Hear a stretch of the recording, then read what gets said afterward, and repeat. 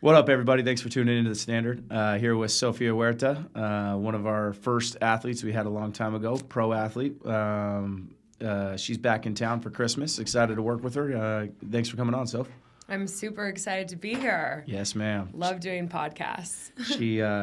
She's probably done more podcasts than I have, and I'm the host, so she'll probably run the show, but thanks for coming. Yeah, I'm excited to be here. Obviously, thank you as well. I reached out to you and asked if I could come back to Off the Field and train while I'm here, and you were so easy to help me out, so I really appreciate that. Of course. Thanks for being just been a huge influence for so many athletes here, especially one of our biggest populations is the female soccer and the clubs, and every girl loves you, and it's been awesome to see you interact with them in here, so appreciate that. Yeah, no, that's been fun. So a little background just to hype you up a little bit. So you were 3-sport athlete, soccer, basketball, and track.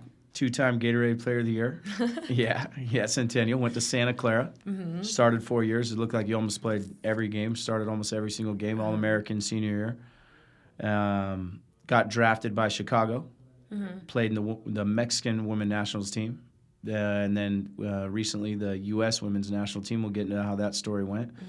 Living in Seattle, playing for the Reign, just killing it. Yeah, that was it. That's if you're summing it all up, that was exactly right. Easy? Yeah. Is that easy? No challenges along the way. Nothing. Just that easy. So talk to me going back to when you were younger. So you played for FC Nova, which a lot of people listening to this I think will know who they are. They're the Boise Timber Thorns now. What was, and you and I have talked about it a little bit, but what was your mindset like when you were younger? Did you always know you wanted to play pro soccer? How'd you come about wanting to do that? Yeah, so when I was younger, the club was called Le Bois. Okay. And then we merged later on with Capitals, and then eventually, became FC Nova. But that was, after I left. But I think that I always loved soccer a lot. My dad coached, me, my sister, my brother, and when I was younger, I had a lot of energy. My parents were like, what do we do with this girl? And so my dad was like, I'll just bring her to my brother's trainings. And I would play with the boys when I was younger. And I think my dad just kind of knew that I was gifted. He said I was, could play with all the boys and was having a lot of fun. So I knew I loved soccer. I knew I was good at it from a really young age. But in terms of knowing if I was going to be a professional, I didn't really know. I think being from Idaho, there was not really anyone in front of me who had done that yet. Not a female player, at least. So I always had the goal to do that, but I didn't really know what the journey would look like, because when I was in college, there wasn't even a professional league. Yeah. Now the NWSL, the National Women's Soccer League, has been ongoing for a decade. But before then, when I was in college, there was nothing. So really, the route was you can go play abroad, or you play college and then you just go get a real job. So I wasn't quite sure what it was going to look like. But then in 2013, so my junior year in college, the NWSL started up again. And like I said, they had tried to start multiple leagues before and they all folded.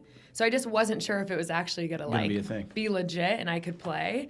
But then obviously once it was a little bit more real, I realized okay, I could play. But even in college, I wasn't sure if I was good enough. I mean, I always believed that I was good enough, but I just wasn't quite sure until probably my junior or senior year, and then I knew I could play professionally. But when I was younger, I had a dream. I watched the 99ers win the World Cup when I was 5, 6 years old, and I looked up to Mia Hamm, Brandy Chastain, and all those players who, competed in a World Cup and Olympics, and I wanted to be just like them. So I knew from a really young age I wanted to do it. I just wasn't sure if it was possible. What was it like trying to get recruited back then? Because not even just professionally, but as a female athlete from here, soccer player, and to go play at Santa Clara, even to get there, that wasn't easy. You know what I mean? And especially because club was new here. Nobody knew what we were doing. It was just way different. You know what I mean? What were some of the struggles that you had back then, even just getting looked at to get to the NCAA level? Well, I think there were multiple things that were challenging. One, I played a lot of sports, so I wasn't really focusing on soccer all year round. So, I would play soccer for a few months out of the year, but then I was running track, I was playing basketball, I was doing swim team in the summer. So I wasn't just solely focusing on soccer. But as I got a little bit older, I started realizing like, okay, I need to kind of choose, what sport's going to be my priority. And I just think I was better at soccer. Like I was noticing at a younger age. Like I got my first college letter in 8th grade from UCLA. Oh, heck really yeah. wanted to go there.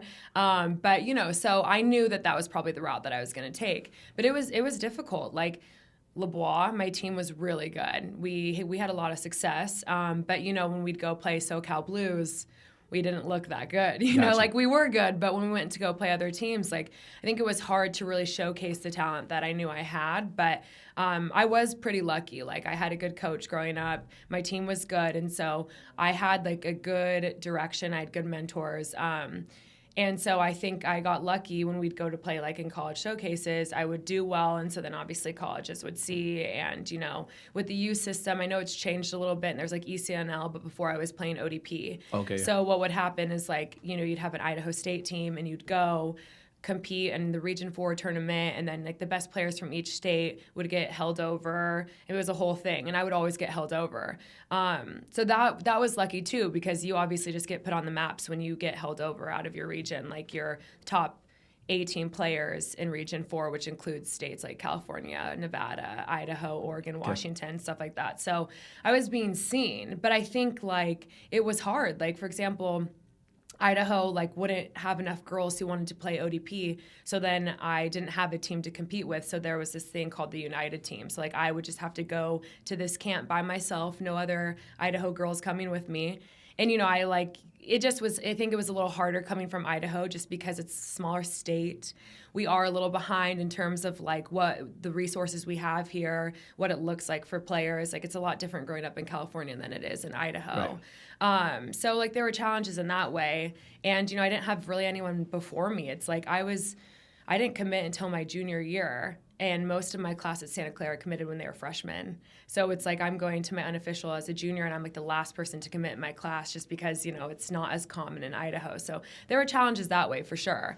But I always like was motivated, I think, by those challenges. So it ended up like working for me later in my career because I faced so much adversity. So even when you were younger, like you obviously had some sort of like every kid wants to be good at sports. Like I want to be an NFL quarterback. Turns out I wasn't very good. But I mean, everybody wanted to do that, right? But obviously the fact that you were putting yourself in those tournaments and putting yourself in those situations, like, was that just like you had great parents, you had good coaches, or you're just like, hey, I know I'm going to go do this with soccer? Well, things were set up like club soccer. Obviously, my parents like wanted me to play sports. I think sports are really important for like development of kids. Like I learned so much from playing. My parents, I don't think even doubted if they were going to put me in sports or not. Right. Like, did they think I was going to be this good? Probably not. But it's like, it's a way to like get my energy out, socialize, to like develop really good qualities. So that was always going to happen. But like it's set up that way. Obviously, you have a club team, you're going to tournaments, you're being seen by colleges. Cool. Like that's how it goes. So like the structure is already there, which is nice. But I think that I just was always really like passionate about soccer, and I had so much energy and I loved it so much. Like I never had like a moment in my life where I was like, I don't want to play. Like, I'm not sure. It was always like, I want to play. I want to be the best that I can be. Like from a young age, I was like, I just want to be the best. Like, right. And when I was younger, like, I know that was taken differently. Like from, I remember playing, other teams when I was younger in Idaho, and the parents like yelling at me on the sideline because I was like too competitive almost. And I'm like, what's happening? Like, I'm just this little kid who wants to win. I was always really competitive with my siblings, like card games that I'd play growing up. I just think that was like in me. And so I was always going to like strive to be the best athlete that I could be. And you and I were talking about this. What worries me, and like something that I'm always working on with my kids, is that the competitiveness, we're losing it. And I think a huge part of it is like people are okay to not try their hardest because they're so worried about what other people are going to look at, how they're going to look at them. Yeah. You know what I mean? And especially now with social media, everything that they do is being watched. You know what I mean? I was the same way. Like, I'm still a terrible loser, and I'm trying to teach the kids how to be better with that. You know what I mean? But like with you being judged by those parents, how did you deal with that? We have kids now where I swear they have so much potential, and like this kid could play at this level, or even this girl, but there's somebody over here, so I'm not going to try. Like, it's not cool to be the one that's trying hard. You know what I mean? And it's crazy when they do make that switch. If they make it early enough, how far they can go is nuts. Like, I mean, look at your story, right? But then we have ones where it's like going into their senior year, or they don't want to play football or soccer or basketball after high school, and then they call me a year later, and then it's like it's almost too late. You know what I mean? And it kills me. And I think a huge part of it is they're too scared to compete because self's going to judge me, Cherry's going to judge me, somebody's going to watch me fail. When we were younger, nobody would see us fail except for the people at the game. You know what I mean? Yeah. When you had parents judging you, and obviously in the pro league, but like, were you just like, F them, whatever, I'm just doing my own thing? I mean, that's a tough thing for me to figure out how to get kids to work it past. Right. Well, when you're younger, and I think like what I want to say, I feel like it's important to have a mentor. So you're probably really important to a lot of these kids because like when you're older, you just know more about like how life works and how people work. When you're younger, you're not really thinking about that. So like what I would tell a younger athlete would be like, it's not ever about you. It's like, it's about the parents, the other people, like their insecurities are coming out, whatever. Like if you just focus on yourself, whatever that is, your authentic self, and you could be really competitive, and if you're not, that's also fine. Yeah. But if you are competitive, like you don't want to shy away from that. Like you want to be who you are and not worry about what other people are thinking about you. And I think like what we talked about the other day with social media, I'm so thankful. When I was growing up, I didn't really have it. Yeah. And like even in college, we didn't really have it. And I think that's a huge thing that's getting in the way of so many people, because you're looking on social media and comparing yourself to other people. And that can be like debilitating at times because you're seeing what other people are doing and thinking like, well, I want that and I can't have that. And I feel like you're already like putting yourself down before like you even can succeed, you know? Yeah, 100%. Like comparing yourself is like the hardest thing and you should never do it, you know? So I think like what I would say is just don't worry about the outside noise ever. Like, I mean, obviously you have people who are important to you who can give you good advice and like listen to them for sure. But other people that don't even know you, like, why do you care about their opinions? And to me, and I just had this talk with a few kids that were just struggling a little bit upstairs doing stuff out of the sport. But anytime somebody's putting somebody else down, it's always because their own insecurities. Yeah. That's all it is. You know what I mean? And the other thing too, it's like I feel like even with me with business, sometimes I'm worried to make this move because maybe this person will judge me or something. Nobody's watching. Nobody gives a shit. Nobody's going to remember the next day. Nobody's, you know what I mean? And it's like which is easier said than done, right? But I mean, for these kids, if somebody's getting on them or you're making fun of somebody, if you look at it deep down, it's probably because you're insecure about what you're making fun of them about or judging them about or critiquing them about. For sure. And anytime that I talk to the kid about that, I'm like, well, why does that kid saying that? And it's because they're either doing the same thing or they're doing it worse than you, so they have to put you down. And then when they see that, then they're like, then it's almost like eliminates them. It's like, all right, so now I don't even have to be mad at them. Yeah. Because that's where it's coming from. You know what I mean? Yeah, and I've had to deal a lot with that with coaches, you know? Ooh. Yeah, I've had to deal with that where it's like a coach. Give me an example. Well, just like I played for the Chicago Red Stars and I had a coach who's like not able to coach in the NWSL anymore because of like, things they found out about him. And, there was just a lot of abuse and harassment and stuff like that. And I played with him for him for 3.5 years. And, there was just a lot of yelling and screaming and I'm tough. Like I can take criticism. Kind of. No, no, I can. Like I always want to get better. So right. if you're trying to make me better and you deliver it in a specific way, like cool, I'm fine with that. But it just was like a whole nother level. And I had to remind myself every day that it was not really about me. Like it was about him. And unfortunately, I had to like endure that for a lot of years, and that was before free agency, so I didn't really have a lot of freedom, didn't really feel like I had a voice. That's changed a lot in women's soccer. Like now we have a voice. Right. But I had to really remind myself that like what he was saying to me and how he was acting towards me and other people on the team had nothing to do with like the player that I was, and I had to just like remind myself of that because it's easy when someone ahead of you who's older, who's authority is saying certain things to you to not want to take that in and like soak it in. But like I didn't want to waste my energy on that. Right. And I think that's like kind of the storyline here too. It's like don't waste your energy on people who don't even know you or be like they don't have anything to do with you. 100%. Like or let that make you a victim. Yeah, exactly. You know what I mean? Like being in that. That's another one. Coaches, parents, which is tough when the parents are on it, and we'll get into that too. But like when coaches are on them, it's like it's the coach's fault. Oh, I didn't do this because of my coach, or because of this, or because of this guy, or this parent. You know what I mean? And that victim mentality is not going to get you anywhere. When you realize that it's on them and it's not on you, and you take responsibility of it, it's like so freeing. Right. Especially when you see a 17-year-old or one of my college kids. You know what I mean? Figure that out. It's like they just jump to another level. Yeah. Well, and I also think like it's important for you know, coaches who are listening to this, parents, like older people, that you have a lot of influence on like the younger generation. Everything you say. Yeah, everything you say, like it gets to them, especially like during their development years in high school. Like those are fundamental years to like how they're going to view themselves, like what their self-esteem is. So like if you're yelling at, you know, one of your players or your kid, it's like that's like not conducive to like their development or their self-esteem. It's like you want to be giving, and it doesn't always have to be positive. Like you don't have to be nice all the time. Like you can be hard on them, but it's like constructive criticism. And then, you know, obviously every player athlete is different. Some players really respond to that. Other players don't. It's like knowing your players and your audience. It's just, you have to take that into consideration because you're dealing with like, you know, young people who don't know a lot about certain things. And to give some parents a break, I'm a dad now, and and my daughter's 2, and we're out.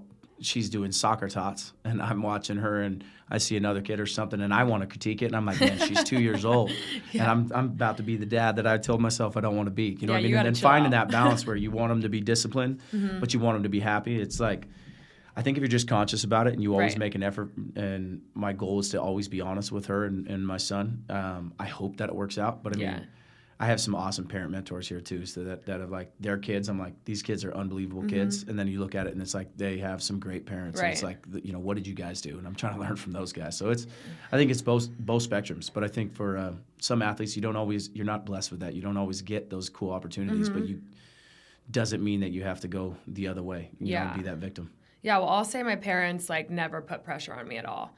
Like what I said. Crazy. They just, like, put me into sports, drove me to my practices, came to my games, super supportive. But obviously it all worked out. Like, because it was an investment. Like, they're paying for club soccer. Like, club soccer is very expensive. It's very expensive. And I don't think they're looking at it as an investment, of course, but, like, it was. And then, you know, I got a full scholarship to Santa Clara, and then now I'm a professional athlete. So it worked out. But I don't think that they put me in sports, like, thinking that. They put me in sports, like I said, to, you know, have me develop certain qualities that would, like, serve me later in my life. And then it ended up working out. But they were, like, they never put pressure on me, never critiqued me. I was the hardest critic on myself. Like, so do you think that's because, so my parents were the exact same way. I had the 4.0, good on the tests, did all that stuff, but never even tried hard. Like, but my parents never even asked me to do that. You know what I mean? My mom thought I was the best football player in the world, best basketball, and I never was, but she just would make me feel like, but they supported me, but if I didn't want to play, they didn't care. It was the same thing, you know? My dad always pushed me, taught me how to work hard. He was the hardest worker I've ever seen. So it was like, I saw that, but I always think maybe it was like, I got lucky with the group of friends that I had. Even when we were young, we were competitive. We battled. You were here, and it's just like that was the group that I went with, and my parents just helped support that. You know what I mean? Because to me, that has such a big influence on you too. You know what I mean? I mean, did you have a good group like that when you were younger, of girls, or you said you were playing with the boys. I mean, so that was huge for you. But I mean, what? I'm just thinking about for kids at a young age.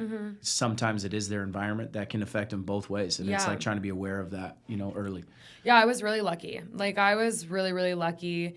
Again, I think it's because my parents put me in sports, you know, and I was surrounded by, like, really good kids who were, like, motivated to be their best, and a lot of them were really smart. So, like, it was cool to be smart. It was cool to work really hard, and I was influenced by all of them. And so I was lucky. Like, all my club teammates were, you know, really good players, really good people. So I was surrounded by, like, some really great people who I still, like, keep in touch with, you know, through social media. That is the good thing about social media. You know, I can be updated with their lives even though I haven't seen them for years. But I definitely had a good group around me. And again, I just was, like, so competitive. Like, I just wanted to be the best at everything, even though I knew, like, I wasn't the smartest, but, like, I wanted to have the best grades because I thought it was cool. But I think, influence that you have around you is really important. And what I said, like, mentors, I think has been really clutch for me throughout my professional career and just my life in general. Like, my first mentor basically was in high school, and she's still in my life. I talk to her all the time. Christy Holquist. She's Caden's mom. I know Caden comes here. Holquists are awesome. And she was my track coach in high school. And she just became my mentor like immediately. And we actually like didn't really get along right away. We like kind of butt heads, but she taught me a lot about just life and competing. And, you know, she was older than me and much more wise, right? So it's like I had someone that could show me the ropes a little bit. Yeah. And like, of course I had my parents, but when you have someone else, like as kids, we don't always listen to our parents. So it's like I had someone else who was like a good influence too. And I have multiple mentors throughout like my career, and that's helped a lot just for like guidance. You know, if I'm ever doubting myself, going to them because they see it in a different lens. Right. It's hard. It's hard, like to especially as an athlete, it's hard to be confident all the time, to always believe in yourself. And so you kind of have like these blinders on. And when you have other people who really support you and love you for who you are, not just as an athlete, and you go to them when you're like struggling, they can kind of get you out of that. And you realize that you're just kind of like being hard on yourself. You're maybe going not in the right direction, and they can like, you know, bring you back to where you need to be. So I think mentors are really important. I love it. Mm-hmm. That's awesome. Let's go to Santa Clara. You getting drafted, you becoming professional. You said that was tricky. You know what I mean? Coming out of college, even like just people doubting you, saying, you know, when you were in college, yeah, you're probably not going to play professional and stuff like that. Talk to me about that a little bit. Yeah, well, I feel like my biggest message is always like, don't be discouraged by no. Like my whole life, I've always been told no. Like when I was growing up in Idaho, it was always the narrative of like, well, she's good, but she's good for Idaho. And then it's like I went to college, and it was like, okay, well, she's good, but like she's just going to be good in college. And then it was the same thing in the pros. I went to the pros, and it's like, well, she's good, but she's never going to be on the national team. And then now I'm on the national team, and I'm kind of like, okay, well, you know, there was a lot of times where I was told no. And I think that one, that motivated me a lot, because I was like, well, who are you to tell me no? Like, I'm the only person, and this is a big thing. Like, you're the only person who really knows what you're capable of. So, like, so many people can tell you no, and they can have their opinions, but, like, you know what you can do, like, inside of you. And I just always knew that I was good enough. I knew that if I did the right things, like, on and off the field, that I was capable of making the national team. Like, I always knew that, even though people, like, did not agree at all, which like caters to my story a lot, you know, with making the decision between Mexico and the US, which we'll get into. But, you know, specifically in college, like there wasn't a pro team. So I just wasn't sure, or a pro league. So I wasn't sure what it was going to look like. And then a pro league started. And, you know, I was good in college. I was really good for Santa Clara, but at the time, Santa Clara wasn't like a top, I mean, they were a top team for sure, but we weren't like, you know, Florida State or like UCLA. There's these big schools who get a lot of attention. Santa Clara wasn't necessarily like that. And so I remember my senior year, Christmas break, you know, most students are like going on vacation or going home. I stayed at Santa Clara alone in my house, which was actually really scary. And I edited my highlight tape because I wanted to send it to all of the NWSL coaches to be like, hey, look at me, look at what I can do. And I edited it all myself, and I just like trained at Santa Clara, and then I would go into the office and get help because I didn't know how to edit stuff, you know, initially. And I edited my tape. It's on YouTube. It's Sofia Huerta highlights. And so it's there. You can go watch it. But I did that, and I sent it to all the coaches because I'm like, I need to do whatever I can to get drafted. And I just wasn't sure if I was going to be on the radar. And then I got drafted 11, second round at that time, to Chicago in 2015, and I was the first female player from Idaho. I know there were male players before, I think like Logan Emery, Michael Kafari, Kellen Wanalock maybe, but I was the first female. That's so gangster. Yeah, that's awesome. Yeah, no, it's definitely like kind of crazy to think about. And like actually now Centennial High School. Pretty cool. Centennial High, no, for sure. And there are other like players from Idaho now that are in the league, but like I was the first, which is pretty crazy. And so, yeah, it's obviously a dream come true, and now I've been in the league for 9 years. I'm going into my 10th season as a pro. That's probably, like, what I'm most proud of, that I've had such a, like, long, consistent career. I've always, like, proven myself, played on my team, started, you know, logged a lot of minutes, and that's really difficult to do that, you know, especially being from a state where it's not, you know, the most likely thing to do. So like I faced a lot of adversity. I was told no a lot. I doubted myself a lot. But like I said, I knew what I was capable of. So it was like, even if I had someone close to me say, hey, I don't know if it's going to work out for you, it was kind of like, oh, okay. Like that just fueled me more. Yep. I feel like when you can overcome the first no, where it's like somebody says that, and then you prove them wrong, or maybe not prove them wrong, but you achieve what you thought you know most people didn't think you could achieve. And I feel like you probably still had some uncertainty. You thought you could do it, but still you don't know, right? You know, but stacking those on top of each other just helps every next adversity milestone. I mean, it makes it way easier. You know what I mean? Yeah. For me, it's when somebody tells you, no, you can't do this, or, oh man, businesses can't do this, or you're not going to own your own building, or you're not going to have you know what I mean? It's like in your head, you're like, maybe I can't do that. But then once you do it, then it makes the next one easier. And then once you do it, it makes the next one easier. Right.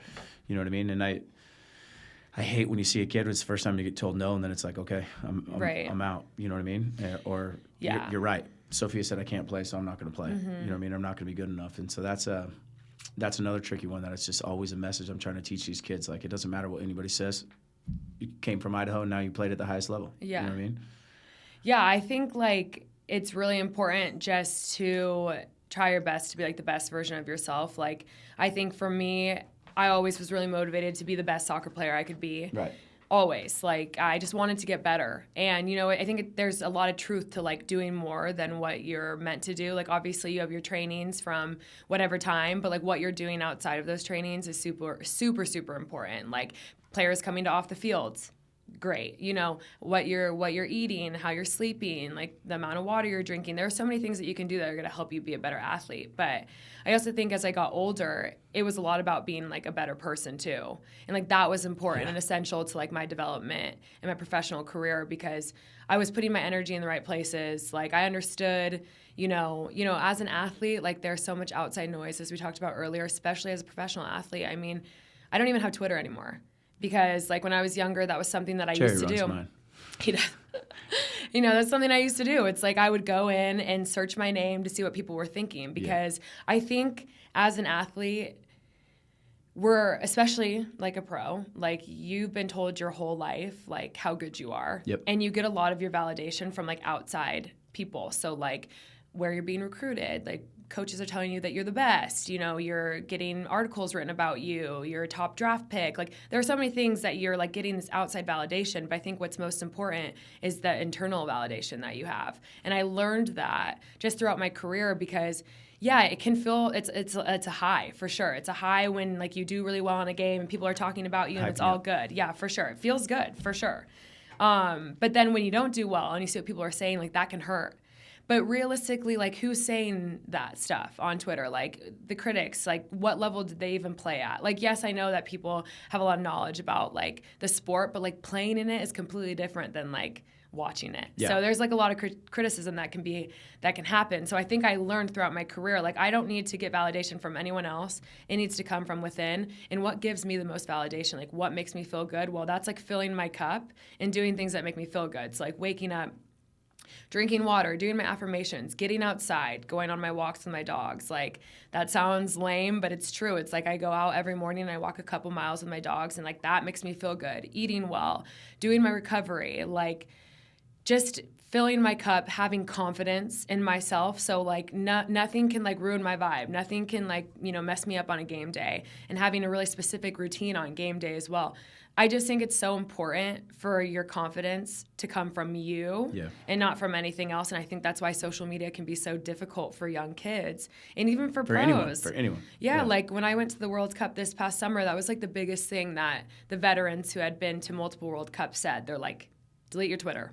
Like, don't even read what people are saying, because it can get to you. It's like it's not as easy as I'm making it seem. But, like, I deleted that a long time ago, and I don't even care what people say anymore, because I'm like, well, have you been in a 90-minute game versus, like, the best female athletes in the world? You're not going to make any mistakes? Okay. You know what I mean? Like, you know?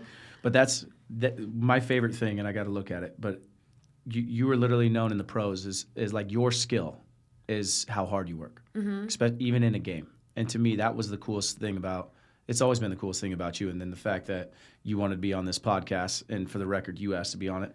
But that's kind of true. But your skill set was how hard you worked. Like, you obviously were talented. You obviously, to get to that level, you have to have a certain amount of talent. But what you could control your own fate with always trying to be better, and always the amount of effort that you put in and everything that you do, even in our regen sessions or even in anything that we do, like the amount of effort that you put in is literally on another level. Well, those aren't regen sessions, but yeah. but literally on another level. Yeah. You know what I mean? And that's where I think for some people that put pro athletes on a pedestal or like, hey, man, I can never get there. It's like there are some people that are just freaks genetically, you know what I mean? And you have some of that, but your biggest skill set is how hard you work, and that's something that anybody can do. And to me, that's what's awesome about you coming out of Idaho too. It's not like, oh, well, she was just a extremely tall girl. She was the fastest girl on the field. She was this, you know what I mean? You obviously, like I said, you were gifted, but to have that skill set, like that's where, like to me, anybody, even in me in work, it's like sometimes like my standard of work, it's like for a year ago from now, it's like I do so much more now, even that I have kids. It's like I had to figure out how to be more efficient with it. Right. And now my level, everything raises up, you know what I mean? And I don't think people realize how much more they have in them, you know what I mean? Or how much harder they can work. And to be known like that at the highest level is like your skill set is that you're going to work harder than everybody on the field during the game. You know what I mean? And that's what you're going to be the best at. To me, that's just like, it's unreal. And that's maybe the coolest skill set to have. Yeah, I think like growing up in Idaho, there were advantages and disadvantages. Like a big disadvantage growing up in Idaho was that I just wasn't technically where I needed to be when I got to college. Gotcha. I just wasn't. Like because I wasn't playing all year round, and because it's evolved too. Like what you do in trainings has changed a lot. Like a lot of players now are really focusing on like being really technical, and that's really important. But when I was growing up, it was like I was the fastest and I was the best athlete in Idaho. That's true. In Idaho, yeah, and exactly. Yeah. And I'm getting somewhere with this. Like I was, and so I never actually had to really work on my craft and my skill. And then when I got to college, I was behind. But I still was athletically one of the best there. Yep. And, you know, I proved myself and I worked really hard. But the thing is that I realized where I was, like, deficient. You know, I was not afraid to be like, I'm lacking technically. Tactically, yes. I'm also lacking a lot because I never really watched soccer growing up. I did sometimes, but my family was like watching the Packers play. We weren't really watching too much soccer. Women's soccer wasn't on nationally a lot. Televised. Yeah, no, for sure. And that's obviously something that's grown so much and something I'm really proud of. But like I was really behind. And so when I got to college, it was like I'm behind and that's okay, but now I'm going to do everything I can to catch up. And so then when I got to the pros, I was behind still. I really was. Like, just how technical some of the girls are, how fast they are, how athletic. I was no longer the most athletic player on the team anymore. And I realized that right away, and I didn't let it discourage me. Just went to work. Yeah, it was like, I need to be the best at something. And so, like, I'm going to work my hardest because that's something I can control, and I also have a really good cross. So I'm just going to cross the ball as much as I can, and that's, like, my specialty. And that's honestly why I made the World Cup team. It's, like, I think focusing... I think when it comes to like sports or it comes to businesses, whatever, it can be overwhelming at times because you want to be the best at everything. But like if you really focus on one thing that can like separate you from other people, I think that's like really important information to have and something to like really hold on to because I think that's how it works. Like if you have something that's like exceptional and it's so much better than everyone else, like regardless of where you're lacking in other areas, like that can uplift you in moments where you're not feeling like in sports specifically, like you compare me to other players. I'm not fast. I'm really fit, but I'm not crazy fast. Maybe not the fastest 10 girls in the world, but you still, I have speed, but it's ethic. but it's like work ethic, my cross. And like, that is literally why I've had such a good career and then to be selling with the national team. You know, with me, with the coaching side of it, you know, with the training side of it, it used to be like, oh, so if you were really good at top speed, but your acceleration's not great, so I'm going to try to get you better acceleration, but then I'm taking away from your top speed, or you're really strong at this, but not at this, so then I'm going to go focus on this. And I started realizing, like, everybody has their own uniqueness, everybody has their own gifts, and we've had mentors and strength coaches to help me realize this, but it's like, make them the best at that. Yeah, totally. You know what I mean?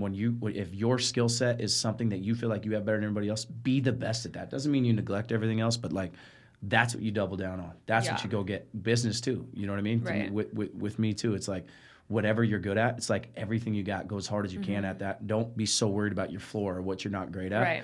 You know what I mean? And I love that's crazy. I mean, did it just come and you realized that later when you got to Chicago? Were you like, oh, this is what I'm going to go after? I mean, how did you detach yourself from the situation and look at it and say, okay, this is not what I'm good at. These are what I'm going to be good at, and I'm going to attack that. Did you have a mentor with that, or did you realize that yourself? Well, my college coach at Santa Clara was really influential, and he is just a really good coach, and he has a lot of experience. Like, his name's Jerry Smith. He's married to Brandy Chastain. Like, he knows what he's talking about. So when I got there, like, he laid it out pretty, honestly with me about Sweet. where I was like lacking and what I needed to improve on. But the positive about it is that like my ceiling was so high and I wasn't even close to being at the top because of where I came from, you know? So it's like there was a lot of like motivation that I had in that because I'm like, wow, I have so much room to improve. Like that's the best thing about being an athlete. Like there's always room to improve. Like maybe you're not going to get faster every year, but you can improve in one aspect, right? So he laid it out for me. And he also told me like, if you want to be on the national team, because I told him that was a goal of mine, he said, you need to be the best at something. Because I was always really good at like That's everything, so cool. but he's like, you need to be the best at something. And then he's the one who put it in my mind that I had a world-class cross. Like he said that when I was like 20. And I didn't even know what that meant. I'm like, world-class? What does that even mean? But obviously I know what that means. But it's like he put that in my head right away and gave me that confidence. And then I knew, okay, this is what I need to be the best at. And that's like really what I'm known for in the league. Like I have the best cross in the league. That's something that I'll say like proudly and something that I've worked on really hard. I train it every day after trainings. My coach literally has to be like, it's enough. Like you've gone over your load. Like you need to go home because that's just like what I feel like I need to hold on to and what's going to keep me like having success in the league and like what, makes me good. I love it. Mm-hmm. Well, let's go. It wasn't always easy, especially in the pros, right? And in Chicago, you had that coach that was crazy demeaning. You know what I mean? Give me some of. I feel like anytime somebody's in a struggle, you don't realize how to get out of it until later. You know what I mean? Yeah. Give me maybe one of the times, and you can go as specific as you want, where you were maybe like in a darker place to where it was like, maybe I don't know if soccer's it, or maybe you can talk about like when you left the Mexican national team, you're trying to get the women's national team, people didn't want you there, how that process went. Yeah, definitely. I would say that, it's over a long period of time. It's kind of hard to like sum up and, We got plenty of time. Yeah, well, we got to work out. So. Let's backtrack. When you go, talk to me how you got to the Mexican national team. No, yeah, I got it. So basically, I was never really on the youth teams. I got called into like one youth team with the U.S. team. But never really on their radar, but that was a dream of mine. Like from when I was 5 years old, I watched 99ers play and I said, I want to be on the U.S. women's national team. And I didn't even really know it was possible for me to play for Mexico. Like I didn't know that was an option. And so when I was in college, I went to one other camp with the U20 U.S. team and I got cut right before the U20 World Cup in 2012. That was meant to happen in Japan. And so I didn't think I was going to go to that. But then Mexico called and said, hey, we want you to come. And my college coach advised me to go to a camp, see how I felt when I went to a camp, and to not burn any bridge. It's like important to take opportunities or just to like see what an opportunity is, right. Like see if it's something you're even interested in. So I went to camp and I loved playing for Mexico. It was super cool. Like, growing up in Idaho, I wasn't always in tune with my like heritage and my culture all the time, although my parents always tried to like instill that. They spoke Spanish growing up and, we'd eat a lot of Mexican food, but like I wasn't really like immersed in it ever. So when I was there, I felt really like at home and it was cool. But I also knew that my dream was to play for the U.S. So I went to the U20 World Cup with Mexico and Japan in 2012, and that was really awesome. And then they called me into the full team, and that was a hard decision to make because I just didn't know if I was able to switch to the U.S. But I was. My college coach told me, like, as long as you don't play in a FIFA-regulated tournament, so like Olympics, World Cup, or like qualifiers, then you're good to make the one-time switch. So I played for Mexico a few games. Actually, one of those games was versus the U.S., and we lost like 8-0. And I remember being at that game, and it wasn't because of the score, but I just remember when, the national anthem was playing, I just felt so, I just felt like I wanted to be on the U.S. team at that point. Gotcha. It felt like in my gut, I love playing for Mexico. It's been such a good experience, but like that's always been my dream. And I felt like I was too young to make this decision to just go with Mexico. Like I was 19 years old. I had so much of my career ahead of me. How was I going to like pigeonhole myself when I knew what I had inside of me? So I decided to decline the invitations from Mexico moving forward, which was a little risky because like the U.S., I wasn't even on their radar. I was good in college, but I wasn't someone that was being talked about who's going to be the next U.S. star. Like I wasn't that person. So I just had no idea what my future held. So that was kind of like a risk that I took. The risk played out, like it ended up being worth the risk, but at that time it was kind of scary to make that decision at such a young age. Like I'm making such a risk and I'm giving up playing for Mexico, which would have had its own set of opportunities, to maybe play on the U.S. team and maybe go to the World Cup. Like, it was just, a bunch of unknowns. But I think it's important to note that, like, taking risks can seem really scary, but can, like, obviously be really rewarding. Yeah, so making that decision, for some reason, I was really confident in that. I was a little, like, going back and forth because I love playing for Mexico, but I just knew it was always a dream of mine. That was something I wanted to accomplish. So that was in 2013. And so then I played 2 more years in college and then was in my second year in the NWSL and still wasn't getting called up.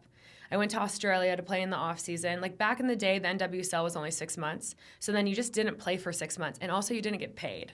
So it was like, kind of looking back on it, I'm like, this was kind of a trip. Like, you only play for 6 months of the year. What are you supposed to do the other half? So I always went and played abroad in Australia, which was like so awesome and such a good there? Yeah. Cool. There's a league there, and I played there, and it was awesome. I got to play year-round for the first time ever in my life. I'm getting a little off track, but we'll get back to the hard times. But I got to play for the first time all year-round, and it was like you saw a change in my game. Because I had never done that. It's like I played in college, which is like, you play 3 months, and then you have winter, and then you have spring. You're still not really playing all year round. So that was the first time in my life I played all year round, like 10 months out of the year. And then I come back into my 3rd season in the NWSL, and I finally get called up to the national team. I'm 24.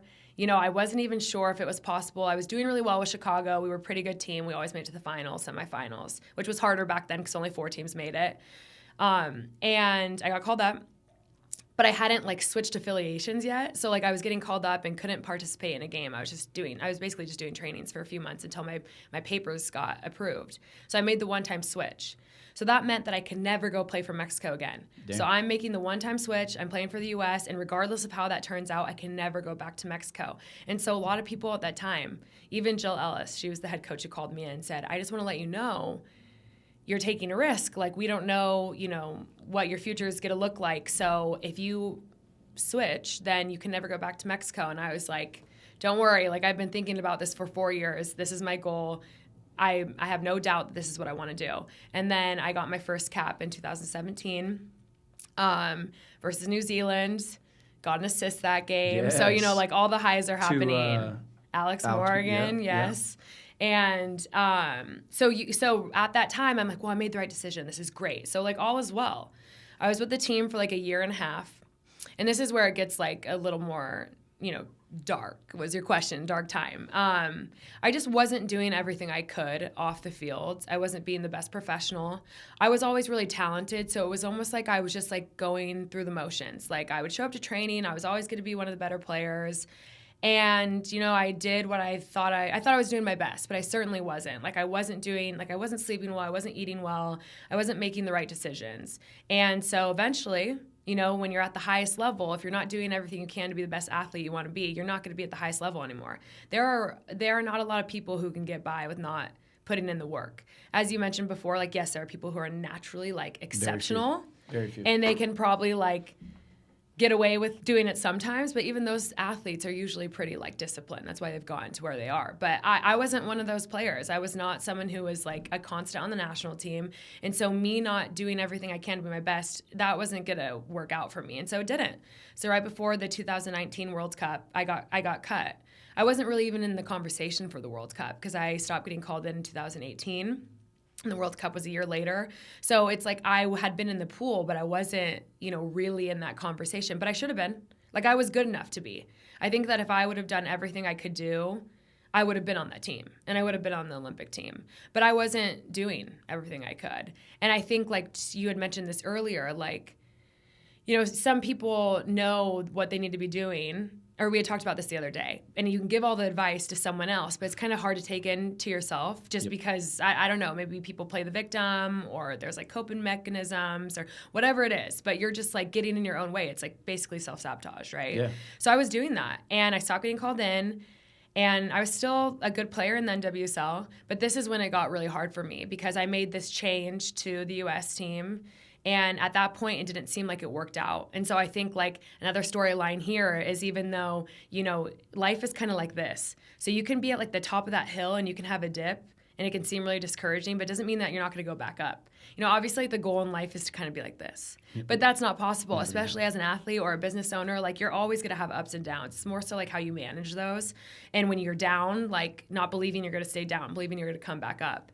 And that was something that was really challenging for me. I had a lot of anxiety, a lot of performance anxiety, just anxiety in general, because I felt so much regret for not like seizing that opportunity with the national team, because it's really hard to get called in. Like, I'm the only person from Idaho who's ever done it. And I'm not saying I'm the only one who's going to do it. I hope a lot of, young girls like make this dream a reality as well, because it's an awesome life to live, and it's a dream that I've loved living. But, it's hard. It's really, really, really hard. It's really hard to make the national team. It's hard to become a professional, but to be on the U.S. women's national team, the best team in the world. Well, I mean, people are catching up for sure, but like the best team in the world, it's hard. And so I got that opportunity and I messed it up. That's difficult to like take on. And I still have to be performing week in and week out. It's like I have to be playing good with my club team. And I wasn't. I was not doing that. I think I had this narrative that I was a failure because I didn't go to the World Cup and I wasn't on the national team anymore. But I sulked. I was the victim for a little bit. I felt bad for myself. And I think that can feel good sometimes. Like, I think people do that a lot because it kind of in a weird way feels good. It just makes you like maybe cope with it easier. Yep. It's like people feel bad for themselves, but like that actually doesn't really feel good. It's kind of like your mind's playing tricks on you. It's like it was easy to tell myself that, but it wasn't feeling good. And then I got to a point, help. I had a lot of help from like my life coach, and she's helped me a lot with like my mentality, but I had to switch my narrative to like, I'm not a failure because I'm not on the national team. I'm still a professional soccer player. I'm still like a good person. Like, I just need to get back to what my goals have always been, which is being the best player and person I can be. And I was not that at the time. So I switched that narrative to like, instead of putting a lot of pressure on myself every time I went out to the field, like I have to play well because I have to make the national team and I need the coach to notice. Instead, it was like, let go. Like, let all of this go. Let all of this anxiety go, all this pressure you're putting on yourself go. Let things happen the way that they're supposed to happen. Like, I just feel like I changed my perspective. My mentality was completely different. I started changing things. Like, I was sleeping better, eating better, making better decisions off the field. But it took some time. Like, there were 3 years that I wasn't getting called into the national team. 3 years. So it's like 3 years of basically like watching other people live your dream and like knowing that you have the skill to be there and the talent to be there, but like you didn't do everything you could was really difficult. But eventually, after I got my mindset right and I worked on myself a bunch, like I'm making it sound, well, actually I feel like I'm not making it sound easy, but like it was really, really challenging. I had to do a lot of work, a lot of inner work. Like I work with this life coach, sports psych. Like there was a lot that played into like motivating myself again and performing at the level that I needed to. But the number one thing was that I had really good habits. I got those good habits back. I was feeling good about myself. I was filling my cup, all the things. And then I got called back in 2021. And so I've been with the national team for the last like 2.5 years. And then I went to the World Cup. And, I think during those 3.5 years where I wasn't really getting called in, like everyone, I mean, again, back to Twitter, people were saying like Sofia's time with the U.S. team is over.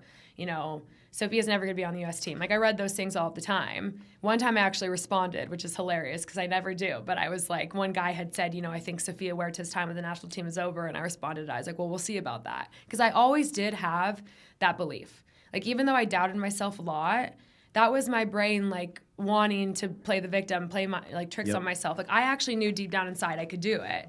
And so anyway, no, I think if you would have told me in 2020 if I was going to be on the World Cup team, I would have said, well, like I can, like I have the skill, but I don't know if it's going to happen. But like I made that happen with a lot of help from other people too. Like I got really lucky. There's a lot that I'm not even saying. I had to change positions as well. I like missed that as well. Like being from Idaho, I switched positions everywhere. When I went to college, I was a center back. Then my coach moved me up to forward. So when I played in the league, I was like a number 9, 7, 11, a winger forward. I was a number 10. And the national team was trying to convert me to an outside back. So there were challenges in that as well. I'm kind of leaving that part out. That's a huge part of the story. And so when I played with the national team, I was trying to play. Not only is it hard to be on the national team, but to change positions completely is like really difficult because I've never even played outside back before. It's like the one position I've never played. And so that's also probably why I didn't succeed. Because with my club team, I'd play the number 9, which is like center forward, and then I'd go with the national team and I'd have to play outside back. And they're just like completely different positions. But when I stopped getting called in, no team in the NWSL would play me at outside back. But that's really how I was going to get on the national team. Like, I wasn't going to be on the national team as a forward. I wasn't going to make it as a winger. Probably wasn't going to make it as a 10. It was like I knew that the only way I was going to be on the women's national team is I played outside back. But no one would play me there. So I'm like, what am I supposed to do? So I went to Australia again. I'd already been twice, but I went again. And I told the team, and I was a goal scorer in Australia. So the team that I was going to, I said, hey, I'm going to come, but only if you play me at outside back. And they did. And so I got minutes at outside back. So when I got called in again in 2021, I felt prepared. Yeah. Like I had prepared myself for this moment. So my coach, Laura Harvey, put me as an outside back versus the Portland Thorns, which is like a huge rivalry, OL Reign, Portland Thorns. This is when you were with the Reign. The Reign. This is in 2021. I played at outside back my first time in like 3 years, and I was good because like I prepped myself. But there's so much that I want to say, but I know I've been talking forever. But like one more thing, like when I was with the national team the first time around in 2017, in 2018, Jill Ellis had told me, you know, you're a good player, but we need you to get minutes at outside back. So I asked my coach, Rory, the one that is now canceled in the NWSL, yes. I said, my only way of making this national team is if you put me at outside back. And he told me, no, you're a goal scorer on my team. I'm not going to put you at outside back. And so then Jill said, well, you need to get traded to a team who will play you at outside back. So I play on the best team in the league. We're literally number 1. We're sick. And I ask for a trade. And I need to get out of there anyways because I don't think Rory was a good influence on me at all. But I needed to get out of there because I needed to play outside back. So I have a good life there. You know, I have a nice little cute apartment. I live with my dog. Everything's all good there. My team's good. I love Chicago. But I needed to sacrifice everything to make that national team, in my opinion. So I asked for a trade. Houston told me that they would play me at outside back. So I moved my whole life. I go to Houston. And I get there, and they don't play me at outside back. And then I never got called into the national team ever again. So there were a lot of things that played into why I stopped getting called in 2018. Yes, I could have been better on and off the field, for sure. And I take accountability for that. But then there were other moving parts, like trying to change positions, and no one really wanted me to play in me at outside back because I was a goal scorer. So there were just so many things that like were working against me. But yeah, I kind of went all over the place. But basically, like, no one played me at outside back. I stopped getting called in. I made sure I got minutes at outside back. So if I ever got this opportunity again, I would be ready. Because I wasn't ready. I wasn't ready. When I get thrown into the U.S. games at outside back, like, yeah, I wasn't good. Because I'd never played there before. I mean, I was good, but, you know. And so I go play in Sydney, and then, you know, I get my opportunity again in 2021 under Laura. Play outside back. I lead the league in assists. Like, before I got moved to outside back, I had, like, 1 assist. And then, you know, over, like, 8 games, I had 6 assists. And then Vlatko Andonovski, the national team coach at the time, started calling me back in. And, you know, it was a couple years of a lot of hard times. Like, you think there's up and downs in the NWSL. Well, when you're on the national team, there's higher highs and lower lows. So that's, you know, a challenge in itself. But, yeah, then I made the World Cup team. So at 30. That's crazy. At 30. So a lot of no's. I think that's like very much so represents my journey. You know, it wasn't always easy for me, but eventually I made the World Cup team and I was 30. I love it. Mm-hmm. Work harder than everybody else. Don't quit. And then, I love the fact that you ask for help. Mm-hmm. You know what I mean? To me, that's huge. That's hard for anybody to do. Yeah. You know what I mean? How long did it take for you to ask for help? I feel like I was never that afraid of asking for help. I feel like going to talk to a sports psych, going to talk to somebody like a mental coach. Well, I just didn't know I didn't have the tools. I didn't know what was available to me. Like, obviously, mental health has become huge more like recently. So people are really open about talking about the help that they're getting.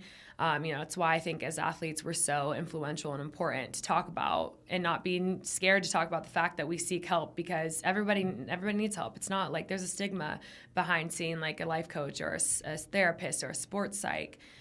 Why? Yeah. You know, I think that's obviously changing. But when I was younger, it wasn't talked about as much. But I got really lucky because, you know, Santa Clara, although it wasn't like it's a small school, 4,500 people. So the community is really small and everyone wants everyone to succeed. So I got really lucky. I had met someone who went to Santa Clara years before me, and she, works with a bunch of athletes. She has a lot of clients. Love it. And I met her and we clicked right away, and I knew immediately that I wanted to work with her because I knew that the mind was so powerful. I just knew that, and I knew that, but I didn't understand it until I started working with her. Shout out Lisa McClanahan. She's even going back to your mentors. Yeah, for sure. But yeah, Lisa's someone I talk to basically every day, about what I do. Not a lot about soccer, a lot about life, but I don't think I was afraid to ask for help. And I'm certainly not afraid to talk about it. That's why I'm at where I'm at, because I've had help from others for sure. You can't do it by yourself. Love it. So. Love it. World Cup. Mm-hmm. How was it? Was it crazy? Yeah, no, it was so crazy. I mean, my experience was different for sure. And I'm not afraid to talk about that either. But the World Cup was insane. It was such a cool thing to be a part of, especially with the growth of women's sports. The numbers were outrageous. I think it's proven that if you invest in women, you're going to see, the outcome, which is always it's really good. You're seeing that. I love the quote when it comes to talking about women's sports that if you want to see a flower blossom, you have to give it water. And for so long, women's sports were surviving with no water. And now that we're getting this water, it's you're seeing us really, really thrive. So that was really awesome to be a part of, especially after winning the lawsuit against the U.S. Federation, getting equal pay. There was so much more about the Women's World Cup than just soccer. It was about the growth of it and the equal opportunity that the U.S. had asked for, and now the other national teams are asking for. So that was really cool. Also, being one of 2 Latinas on the team was that's cool. Yeah, it was awesome as well. I just feel my role in that team wasn't just to contribute on the field, but it was to represent a community that's underrepresented at that level.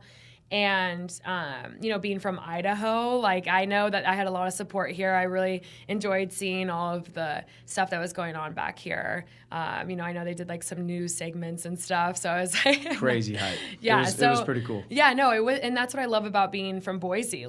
People are really supportive. And even being here, when the little girls come up to me and they're like, oh my gosh, I'm always rooting for you. I'm that is literally so sweet. You don't even know me, but Boise's such a small community. And so I love that. But so I was so thankful to be on the World Cup team. Not a lot of people get to say that. I got to play a little bit, but my time was really limited. My role was a lot different than I wanted it to be. I obviously always want to be on the field. I always want to be playing. With my club team, I'm one of the best players on my team. But with the national team, that wasn't really my role. I had a lot of minutes in 2022. I was playing every minute of every game with the national team. But people were out with pregnancy and injury. So when they came back in 23, I wasn't getting a lot of minutes. I hardly played. I wasn't quite sure if I was going to even make the World Cup team. I believed in myself a lot, but the way they do it is pretty it's up in the air. You have a camp 2 months before the World Cup. Obviously, you do everything to prove that you should be there, but there's a lot of things that are out of your control. It's really up to one coach to make this decision, and it's not about what you do individually. It's about how you mesh with other players on the field and who's combining the best together, playing the best together. So there's a lot of things that go into it. And so 2 months go by where you're just playing with your club team. You're not really hearing a lot from the national team. And then, they tell you on June 5th, we'll let you know if you make the team. So it's you're just having to go compete, in this unknown territory, not knowing if the coaches are liking what you're doing, if they're not liking what you're doing, if you're really someone they're considering. I was a bubble player. I really was. I really don't know. I really didn't know if I was going to make it. It was something I stressed about all the time. But then I realized shortly, after a few days, it doesn't serve me to be stressed about this. Right. I just need to play well with my club team and prove that I should be on the national team. And so, come June 5th, I don't remember the date, but I knew it was the day that Vodka was going to be making some calls to the players, whether they were making it or not. So I was in Houston. I'd been traveling all day. We had a game on Saturday. I think this was a Friday. And I get a call from Vodka, and I got a FaceTime call, and he told me I made the team. Let's go. Super emotional. I was like crying, obviously. Like it was such a big deal. And there was a lot of highs with that as well. Like you make the team. There's so much like energy around it. You know, we have celebrities shouting us out. Like you made the World Cup team. It's such a big deal. And that's such a high. You're like at your preseason camp basically before the World Cup. We're in Santa Barbara. We're in California. We actually went to the Bay as well. We had a send-off game, which is where I went to college. So that was cool. But then it's like you get to the World Cup and it's like player like me, and then you don't play. And then like the team's not doing as well as we thought we were going to. And then it's like, then I'm not playing. And that was like a whole set of challenges in itself. I mean, that was like, it's really, really hard to be a sub at the World Cup because it's like the game's happening, you might go in, so you have to be ready. And then if you don't go in, that can be challenging. And then the next day you have to go to the subs training because you have to be fit just in case someone gets hurt. Right. And then you have to go and work hard and like prove that like you should be getting minutes. And it's draining. It really is. And I think I knew it was going to be challenging, but I wasn't aware of how hard it was actually going to be, the role that I was playing. But I accepted that role. I was okay with that role. Like, obviously, I want to be playing, but I was so thankful to be at the World Cup that I was like, I'm going to try to be the best teammate that I can be. But that was hard. It was really hard. I only played 6 minutes at the World Cup, and that was in the first game, and I didn't play any more after that. And that was something that was happening in the World Cup, too, though. Like, a lot of people were critiquing Vlatko's decisions to not make enough subs, and he was really not like utilizing everybody on the bench at all. I'm not saying just me, but in general. So I know that was a common theme that he was criticized about. But yeah, I mean, it was a role that I had to accept. And I think that's something too to talk about. Like sometimes you don't like your role and it sucks, but like you have to accept it and move forward. And, I was thankful to be there and knew that when I got back with my club team, it was like a way for me to still prove that like I'm a good player, even though I wasn't seen on like the world stage necessarily, which obviously was like a dream of mine. But, not everything works out the way it's supposed to work out. It's not done though, right? Yeah. Not done. I mean, I'm older, like I'm 31, so the Olympics are this summer, and then obviously, right? And then the next cycle is still a possibility, but you just never know. There's a new coach. You never know, like, what she's going to want, what she's going to like. Like, there's a lot of unknowns, but I think because of everything that I've gone through in my career, it's easier for me to, like, grasp all of this stuff and to tackle, like, I'm not going to let it get me down if I don't get called into a camp. Like, I'm going to work hard at the Reign. I'm going to put in the work. I'm going to, like, be the best player I can be. And I know that when I'm playing my best that, like, they can't not call me in. So you just don't know what's going to happen. The national team is not guaranteed. It's very different than your club team. Like, when you play on your club team, most likely, like, I'm going to start and play every minute. And then you go on the national team, and it's like you don't even know if you're going to get called in. And even if you're Alex Morgan, you don't know if you're getting called in. It's just how the environment is, and it makes it so good, but it also makes it a little chaotic. And so, where are you at now? So right now you're in Seattle with the Reign. What's your season look like this year? So like, what's coming up soon? You got preseason coming soon, right? Yeah. So you have about 2 months off out of the year. When you play for club and country, it's a lot different. Like, I literally don't get any time off. When players at my club team get a week, 10 days off, I'm with the national team and I'm traveling and I'm playing, and you're basically working all year round. But then you get 2 months off, basically like end of November, all of December, and then mid-January is when preseason starts up again. Usually there is a national team camp in January, but they're moving away from that. So there is not that, which is kind of nice. It gives you a little bit more time to actually have a break. Gotcha. Because that's important. But preseason with the Reign starts January 24th. And then it's going to go through November. So it's a long season. I'm going into my 10th year. Seems kind of surreal.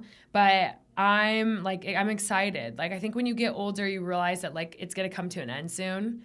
So it's not that I ever took my seasons before for granted, but you just don't think about retiring. It's just not on your mind. You're young. You obviously have a lot of goals, and that's, like, distracting. Well, now that I'm 31, it's like, well, I can only play for so long. So now every time I go into an off season, it's like, okay, I need to take a little bit of a break.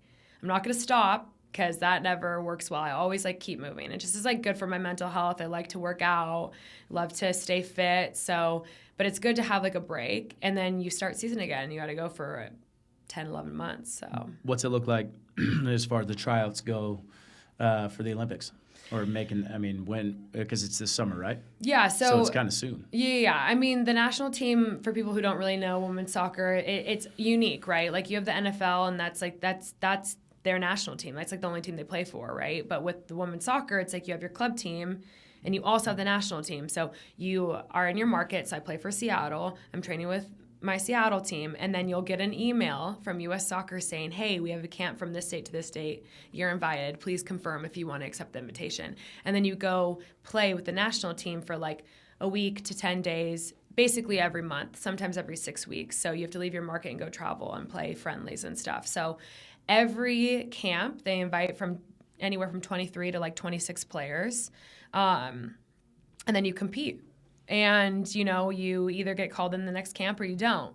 So I didn't get called into this last camp. Several players didn't, like Alex Morgan didn't, Crystal Dunn didn't. So I'm not quite sure exactly why I didn't. I mean, I had a conversation with the coach, and it was positive, but you just never know, right? Like you don't always get honesty. I'm not saying I didn't get honesty, but I just have no idea.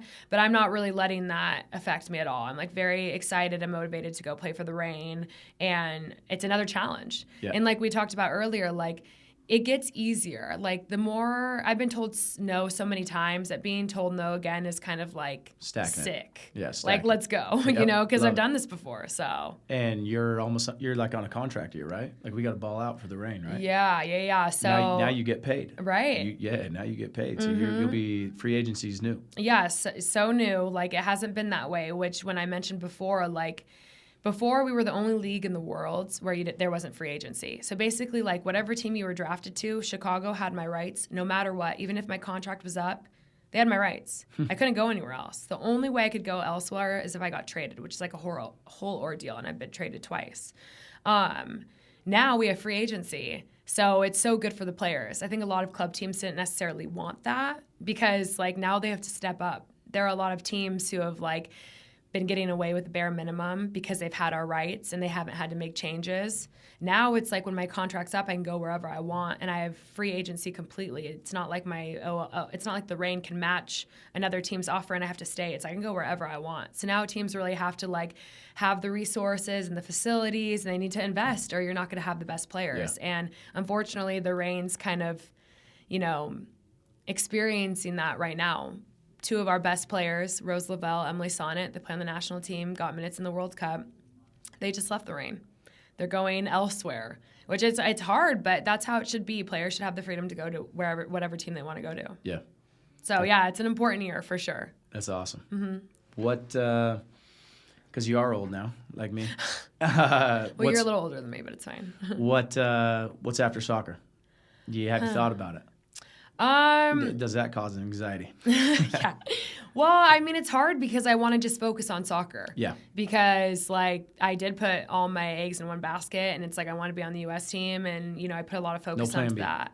Well, I feel like a lot of advice, like the advice that I get from a lot of people is, like, start figuring out what you want to do before you retire, so it's not such an adjustment period. So, like, I think about it. Like, I think about things that I want to do. I'm really interested in broadcasting. Okay. Like, I love watching soccer, and, like, how cool would it be to, like, keep watching soccer and do that for a living? Like, I would love to do that. I also, like, know the importance of mental health and, like, having a certain mindset, and so I really think that I could help educate athletes and the youth about, like, the mindset that can serve you positively. So, like, I do think being, like, a sports psych would be cool as well. I really want to learn Spanish. Like, I know that I need to, and it's something that I've always wanted to do. But there are a lot of things that I think I could do, but I'm not exactly sure yet. But the good thing about being a soccer player and something I love so much about, like, my career is I've met a lot of, like, amazing people, and I've made a lot of good relationships. And I think, like, opportunities will present themselves, but yeah, I'm not exactly sure.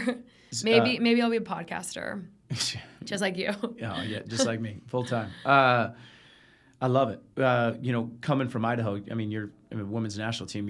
You are the most famous soccer player, I think, male or female. I mean, males have played pro soccer, but I don't think anybody's more famous than you. I think just because with the movement with women's sports and how far, you know what I mean? How do you enjoy it? Do you love being in the big city now? Do you like that? What's great about that? What's tough about that? I mean, it has helped you build some connections. You know what I mean? Do you like being famous? Well, it's so funny. Like, I think kind of fortunately, as a woman soccer player who has kind of gone under the radar, like in the grand scheme of things, like, yes, in Boise, I know that people know my name, but like, I'm not an Alex Morgan. I'm not a Rose Lavelle, Sophia Smith. So like, I can go out in public and it's like, fine. I don't really get like, you know, people coming up to me, and I can't even imagine what that would be like, you know, being like a huge athlete where it's like you can't even go to the grocery store. Like, that would be crazy. So like, I'm thankful that it's not really at like the level that I'm at. So I kind of get like the best of both worlds. Like, you know, I think it more so represents like how well I've done, and that makes me more happy than anything. It's not like, oh, I'm famous. Like, I don't even know if I consider myself famous. It's more so like, wow, I've had success in my career, and I'm really proud of that. But I love being from like a small town because you guys make me feel a lot more famous than what I really am. Like, I swear I come home and I'm like, oh my God, I'm like so famous. But I'm actually not. Like, I'm just a soccer player. I'm like good at what I do. And I love what I do. So I told you I wasn't trying to hype you up. You asked to be on this podcast. I know. You guys make me feel so good about myself when you were, you know, listing out all my stats. The 2-time Gatorade player. I'm like, oh my God, I forgot. Yeah, crazy. No, I think it's awesome. I mean, the influence that you have on the Valley is nuts. Every single. I mean, I'd probably say, I mean, close to 50% of the population of the people we work with is females. And a huge part of that population is soccer. Yeah. You know what I mean? And the influence that you've had on them is crazy. And I think a huge part of it, I think you can tell when somebody's in the spotlight, or they've been there and they are kind of fake, or they are kind of, and I don't feel like that you've ever portrayed that, you know what I mean? And having that skill set of working hard, you know what I mean, and getting you there, and then how it wasn't just like you were 22 and 24 on the national team, you had to work for it, I think has been awesome for the community. And I mean, every club team said that they trained you, you know what I mean? But I mean, even in the fact they did, I think it's actually cool, you know what I mean? And the fact that it's because they want to use you as an example, you know what I mean? And I think it's pretty sweet. It's cool. Yeah, no, I appreciate that. I think it's important. Like, you need to have role models.